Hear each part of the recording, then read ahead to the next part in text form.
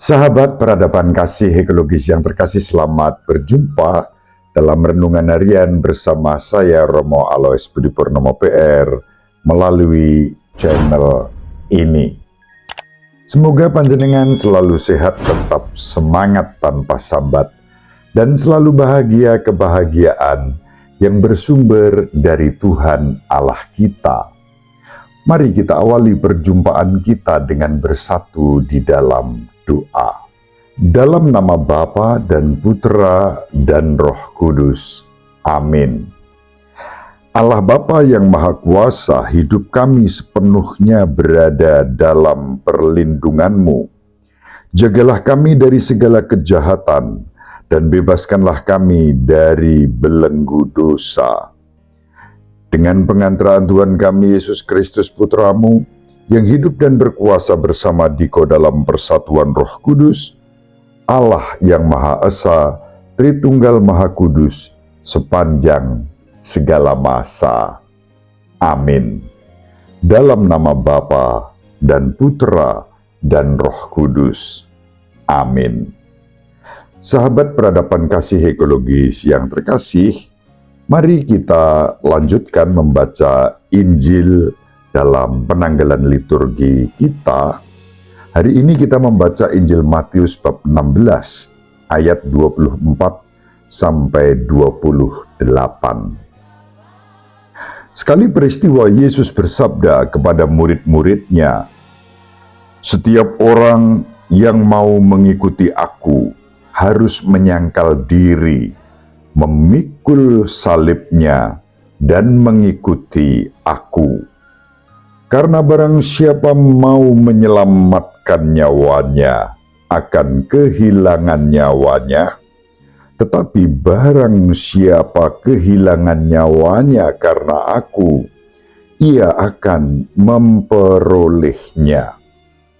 Apa gunanya bagi seseorang jika ia memperoleh seluruh dunia, tetapi kehilangan nyawanya? Sebab Anak Manusia akan datang dalam kemuliaan Bapanya, diiringi malaikat-malaikatnya. Pada waktu itu, ia akan membalas setiap orang setimpal dengan perbuatannya. Aku berkata kepadamu, sungguh, di antara orang yang hadir di sini, ada yang tidak akan mati sebelum mereka melihat Anak Manusia datang sebagai Raja dalam kerajaannya." Demikianlah sabda Tuhan. Terpujilah Kristus.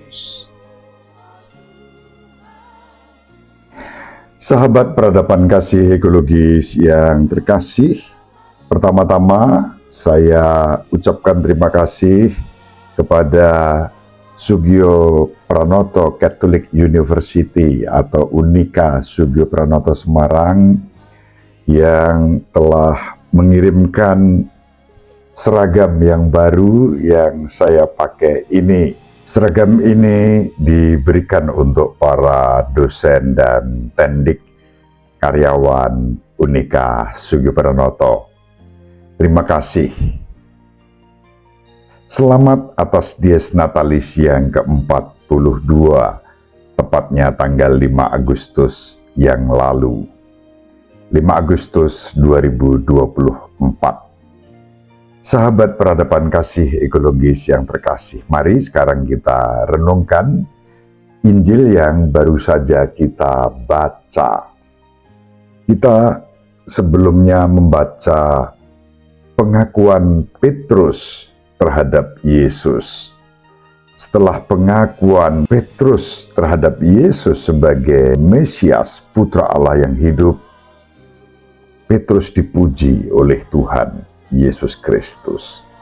Tetapi kemudian sesaat sesudah itu, Petrus menerima teguran, lawan dari pujian. Mengapa Tuhan kita Yesus Kristus menegur Petrus? Karena Petrus menghindari penderitaan dan bahkan mengingatkan Yesus seakan-akan sebagai pahlawan agar Yesus tidak mengalami penderitaan dan bahkan tidak boleh omong tentang penderitaan.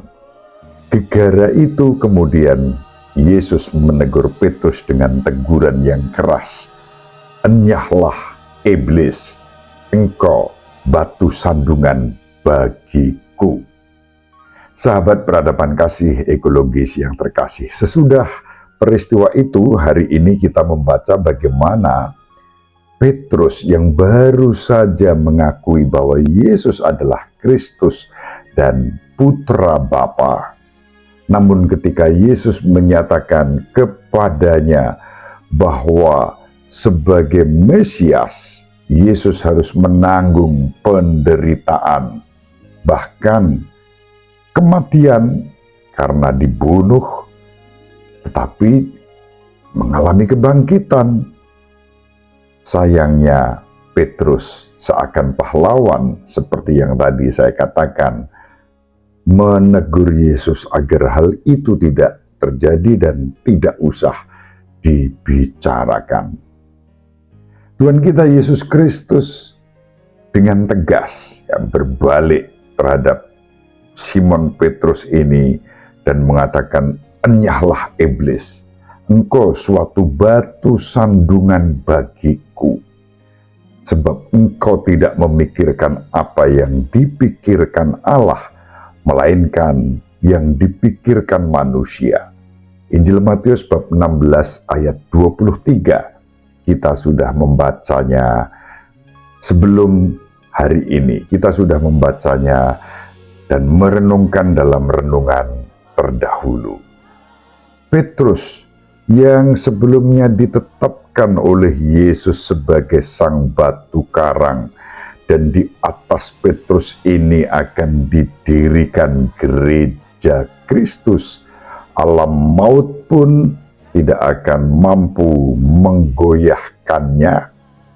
Tiba-tiba si batu karang itu berubah menjadi batu sandungan karena hanya memikirkan kepentingan-kepentingan sendiri dan bukan yang dipikirkan oleh Allah.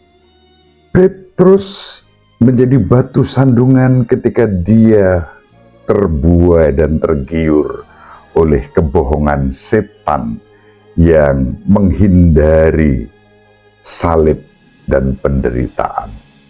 Itulah sebabnya pada hari ini kita membaca Yesus sungguh sangat menggarisbawahi identitas kita sebagai murid-murid Kristus yang tidak bisa dilepaskan dari salib. Dan karena itu Yesus bersabda, "Setiap orang yang mau mengikuti aku harus menyangkal diri, memikul salibnya, dan mengikuti aku." Lebih lanjut Tuhan kita bersabda, "Karena barang siapa mau menyelamatkan nyawanya, akan kehilangan nyawanya. Tetapi barang siapa kehilangan nyawanya karena aku, ia akan memperolehnya." Ini suatu sabda yang luar biasa dahsyat, ditujukan kepada kita juga pada hari ini.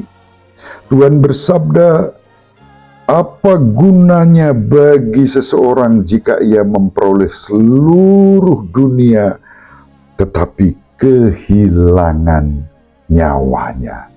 Semuanya sia-sia.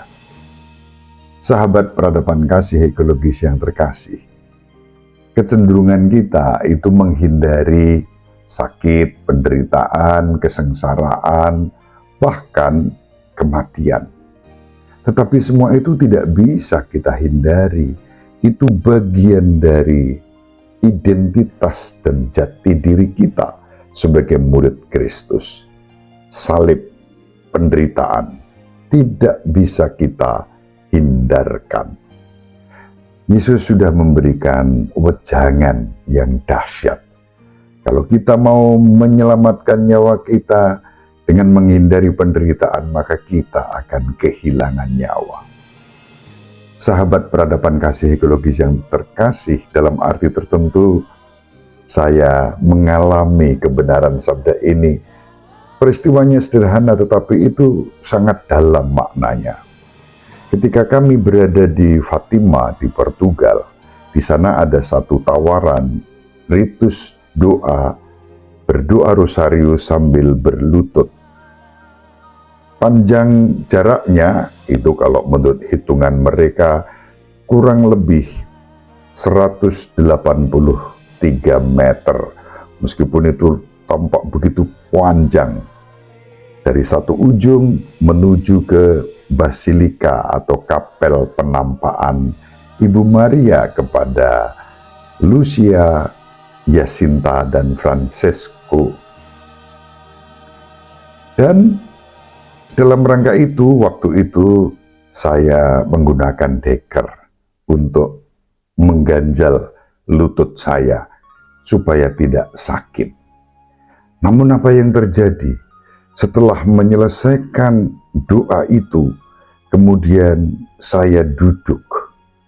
Ada rasa nyeri di bagian lutut. Rupanya lutut kanan saya di dekat dengkul, tulang tempurung, itu ada luka, ya, sobek. Ada 2 luka di situ, dan di bagian kiri itu memar-memar seperti luka bakar. Gara-gara menghindari rasa sakit supaya lutut ini tidak kena langsung pada alas lantai untuk berlutut dan dilindungi dengan deker, ternyata justru terluka. Sementara yang di belakang saya yang juga berjalan sambil berlutut, namanya Pak Prayogo, kakinya, lututnya justru aman-aman saja. Saya yang mau menghindari rasa sakit itu malah mengalami sakit. Kiri dan kanan lutut saya ada luka seperti itu. Itu sampai 2 minggu sesudah pulang dari ziarah, masih terasa nyeri dan ngilu. Sekarang sudah mulai baik dan sudah kering luka itu. Saya pikir waktu itu stigmata. Tapi siapalah saya ini, orang berdosa, nggak mungkin mendapatkan stigmata luka-luka Kristus seperti itu. Luka yang belum seberapa itu dibandingkan dengan luka salib Kristus sudah sangat sakit.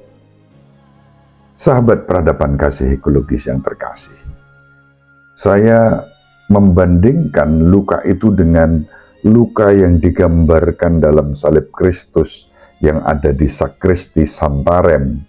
Sesudah selesai dari Fatima, kami pergi ke Santarem.